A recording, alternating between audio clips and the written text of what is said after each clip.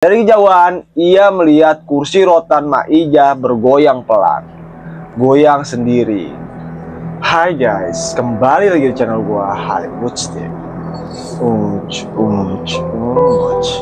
Kali ini gua akan menceritakan sebuah kisah horor yang berjudul Kursi dari Rotan. Kisah ini diceritakan oleh narasumber kita yang tidak mau dikenalkan namanya. Oke, gak usah lama-lama, stop kalian senyum bro. Mari kita dengarkan kisahnya.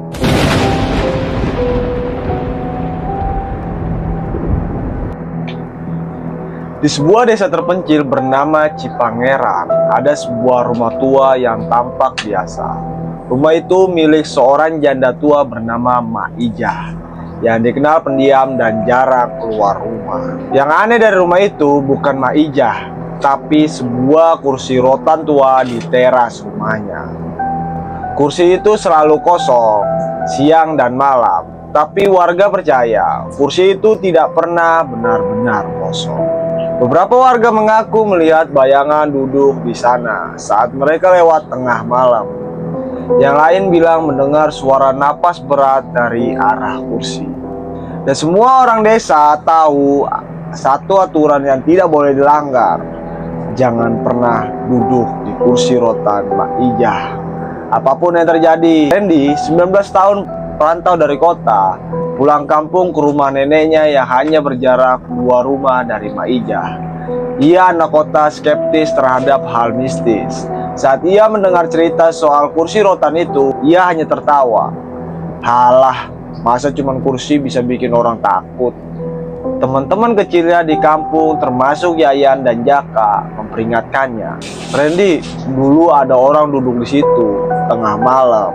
Besoknya ketemu di empang, mukanya kebuka setengah. Randy tetap cuek. Malam itu hujan turun rintik, angin dingin meniup dedaunan dan membuat desa tampak lebih sepi dari biasanya. Randy tidak bisa tidur karena listrik mati. Ia keluar rumah, duduk di serambi sambil rokokan sambil rokok guys. Dari kejauhan, ia melihat kursi rotan Mak Ijah bergoyang pelan, goyang sendiri, padahal tidak ada angin. Randy mengambil senter dan berjalan ke rumah Mak Ijah. Anehnya, lampu depan rumah menyala redup dan pintu rumah terbuka sedikit. Tapi tak ada suara, tak ada Mak Ijah. Randy berdiri di depan kursi itu. Ia perhatikan kursinya kosong, tapi panas seperti baru saja diduduki seseorang. Cuma kursi, katanya pelan, dan dia duduk. Kursi itu berbunyi, tapi bukan bunyi kayu tua, lebih cepat seperti napas berat. Detik berikutnya, tubuh Randy terkunci. Ia tidak bisa berdiri, lehernya kaku dan tangannya membeku. Dari pojok matanya, ia melihat sosok bayangan hitam merayap dari dalam rumah Mak Ijah. Perlahan-lahan muncul sosok wanita tua dengan rambut menjuntai, wajah penuh luka dan mata putih kosong.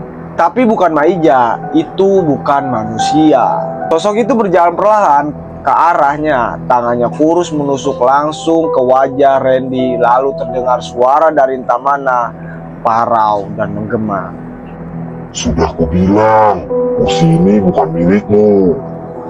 Randy terbangun keesokan paginya di tengah sawah. Bajunya basah kuyup, tubuhnya memar. Orang-orang menemukannya berjalan sambil tertawa sendiri, matanya kosong. Sejak malam itu, Randy tidak bisa bicara. Ia hanya duduk dan duduk di kursi rotan itu. Dan Mak Ijah menghilang tanpa jejak. Rumahnya kini kosong. Tapi setiap malam, kursi itu tetap bergoyang sendiri. Dan siapapun yang lewat bisa mendengar napas berat dari arah kursi. Kadang terdengar bisikan lirih, masih ada tempat kosong di sebelah. Sejak malam Randy duduk di kursi itu, hidup warga Cipangeran berubah. Mereka tak lagi melewati depan rumah Mak Ijah. Bahkan anak-anak pun dilarang main sampai ke ujung jalan itu. Randy kini hanya duduk di kursi itu dari pagi sampai malam. Tidak bicara, tidak makan, tidak tidur, hanya menatap kosong ke arah jalan. Kadang bibirnya bergerak sendiri seperti sedang berbicara dengan sesuatu. Orang-orang takut mendekatkan Randy. Sudah dicicipi oleh penunggu kursi itu. Dan jika tak cepat diselamatkan, rohnya akan digantikan. Di sisi lain desa, seorang pria tua bernama Pak Darsa akhirnya membuka suara. Ia adalah mantan mandor bangunan yang ikut merenovasi rumah Mak Ijah 30 tahun lalu. Dia mendatangi rumah kepala dusun sambil membawa satu buku tua yang dilapisi plastik dan bungkus kain hitam. "Saya sudah simpan ini selama puluhan tahun lalu," katanya gemetar. "Karena saya tahu kalau kursi itu suatu hari akan dipakai lagi." Buku itu adalah catatan pembongkaran penjara Belanda yang dulunya berdiri di atas tanah tepat rumah Bu Ijah sekarang berdiri. Tahun 1942, tanah itu menjadi lokasi penjara kecil penjajah. Tapi ada satu ruangan yang paling dihindari, ruang eksekusi. Di situ ada satu kursi rotan tempat tahanan terakhir duduk sebelum digantung. Pak Darsa menceritakan bagaimana saat merenovasi tanah bekas penjara itu, para pekerja menemukan kursi tua berlumur darah kering dan tali tambang putus. Menggantung di atasnya beberapa orang menyarankan untuk membakar kursi itu. Tapi Mak Ijah yang membeli rumah itu dari seorang keturunan Belanda meminta agar kursi itu disimpan. Itu benda antik, katanya saat itu. "Saya suka duduk sore di teras, kursi rotannya nyaman." Gangguan pun dimulai. Malam itu warga mendengar suara dari kursi rotan. Krrt, krrt, krrt. Seperti ada dua orang yang bergoyang di atasnya, padahal hanya Randy yang duduk di sana. Salah satu warga nekat mendekat dan memanggil, "Randy." Tapi saat ia menyentuh baunya, Randy menoleh. Tapi wajahnya bukan lagi wajah Randy. Matanya hitam sepenuhnya, kulit wajahnya seperti mengelupas, dan mulutnya menyeringai lebar memperlihatkan barisan gigi hitam. Kursi ini sudah memilih siapa yang duduk berikutnya. Warga itu menjerit dan lari terbirit-birit, lalu demam tinggi selama 3 hari.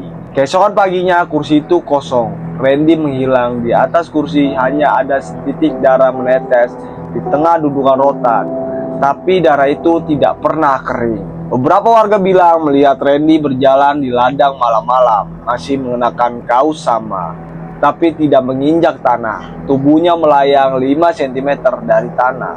Kepala dusun akhirnya memutuskan memanggil seorang dukun tua dari luar desa, yaitu Mbah Sarni, yang pernah menenangkan arwah di tempat-tempat angker. Mbah Sarni datang menjelang maghrib, membawa kendi tanah yang merah dan seikat jerami busuk. Saat ia tiba di depan kursi rotan, ia tidak langsung bicara. Ia membungkuk perlahan, menempelkan telinga ke rotan itu. Semua warga menahan napas. Lalu ia berdiri dan berkata, "Kursi ini sudah haus tiap 25 tahun. Ia butuh tubuh baru, tapi yang ini hausnya belum selesai. Yang terakhir belum pergi, masih duduk di sebelahmu." Semua warga menoleh. Tak ada siapa-siapa. Kalian tak lihat, tapi kursi ini tidak pernah kosong. Malam itu, Mbah Sarni melakukan ritual di depan kursi. Ia membakar kemenyan dan mengikat kursi dengan benang merah. Tapi saat ritual dimulai, angin kencang datang dari arah kursi. Krrt, krrt, krrt, krrt. Rotan kursi retak, asap ritual berubah hitam, dan tiba-tiba tali gantung muncul melingkar sendiri dari langit-langit teras. Sesuatu sedang marah. Arwah yang duduk terakhir bukan tahanan biasa, umum Mbah Sarni.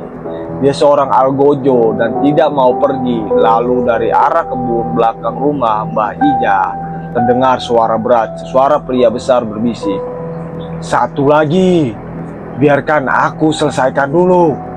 Malam itu satu warga hilang lagi. Seorang remaja, ia bernama Wawan. Ia terakhir terlihat berdiri diam di depan kursi, lalu lenyap tak ada jejak. Keesokan harinya kursi itu bergoyang sendiri, dan kini dua suara napas terdengar dari sana. Satu berat, satu pelan, dan rotan yang dulu retak kini utuh kembali.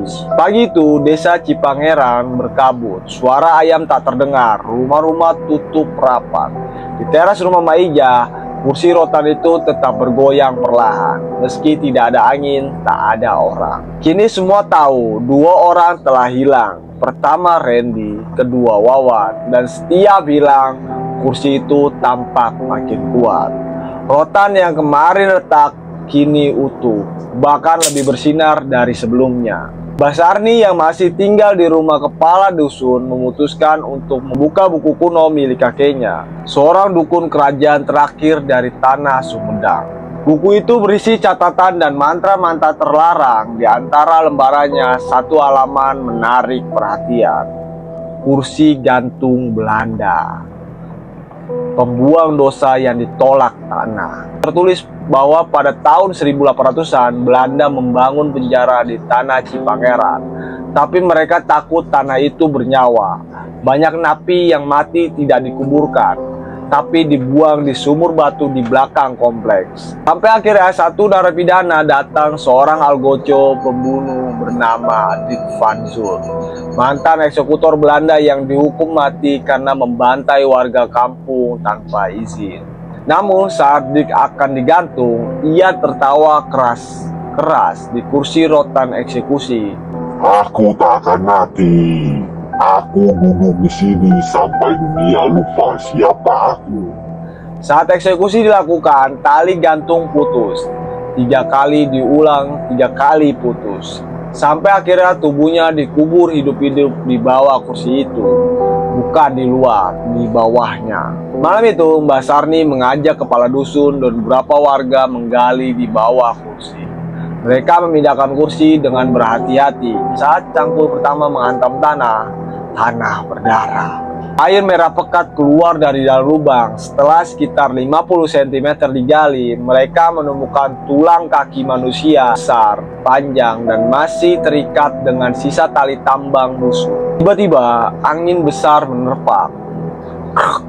Kursi rotan melompat sendiri, terbalik di udara lalu mendarat tepat kembali ke lubangnya. Semua orang terpental, lampu-lampu pecah tanpa bergetar, dan dari dalam lubang terdengar suara berat penuh dendam. Jangan ganggu kursiku. Pagi berikutnya, salah satu warga Pak Rojak ditemukan tewas tergantung di pohon dekat rumah Mbak Ija. Aneh karena tak ada luka, tapi matanya terbuka lebar dan mulutnya masih menyebut satu kata, duduk. Tubuhnya membeku seperti kayu dan tali yang digunakan identik dengan tambang eksekusi Belanda. Warga panik, tapi anehnya tak satupun polisi berani masuk ke rumah itu. Salah satu polisi yang sempat menyentuh kursi saat penyelidikan mengalami gangguan kejiwaan. Ia duduk diam di ruang interogasi, menggambar kursi rotan yang sama berulang kali di dinding. Ia menulis dengan darahnya sendiri. Dia belum selesai. Dia ini pengganti. Malam itu, Mbah Sarni kembali ritual. Ia membawa minyak kemenyan hitam, kembang kantil, dan sebatang lilin ular. Kali ini, ia tak berdoa untuk mengusir, tapi bicara langsung kepada Algojo, Dirk Van Zur. Kau bukan pengusaha tanah ini, kau tamu yang dibuang sejarah. Pergilah atau biarkan kami memilih penggantimu. Dan kursi itu bergoyang cepat. Terdengar suara tawa, pelan tapi jahat. Kalau kalian tak bisa memberikanku pengganti, aku akan pilih sendiri. Tiba-tiba Mbah Sarni tertelungkup, mulutnya berbusa, dari hidungnya mengalir darah. Ia hanya sempat berkata satu hal, dia akan ambil 3 jiwa lagi. Setelah itu, tak ada lagi yang bisa dihentikan kursinya. Keesokan harinya, kursi itu tidak ada. Lenyap, tidak jatuh, tidak dicuri, hilang. Tapi di beberapa rumah warga, kursi-kursi lain mulai bergoyang sendiri. Di rumah kepala dusun, di rumah Pak Ujang, bahkan di teras balai desa. Dan setiap malam, kursi itu muncul di tempat berbeda. seolah-olah ia mencari siapa yang mau duduk selanjutnya. Dan kamu tahu yang paling mengerikan, beberapa orang melihat Randy berdiri dari kejauhan, menatap rumah-rumah dengan mata gelap, membawa sesuatu, sebuah kursi rotan. Tama. Oke, itu aja kisah dari narasumber kita. Bagi kalian yang mau video selanjutnya atau video horor lainnya, jangan lupa di subscribe. Dan bagi kalian yang mau membagikan kisah-kisah cerita mistis kalian, boleh tulis di email gua. Oke, gak usah senyum, selamat kalian senyum bro. Arif Mujtib. Thank you guys.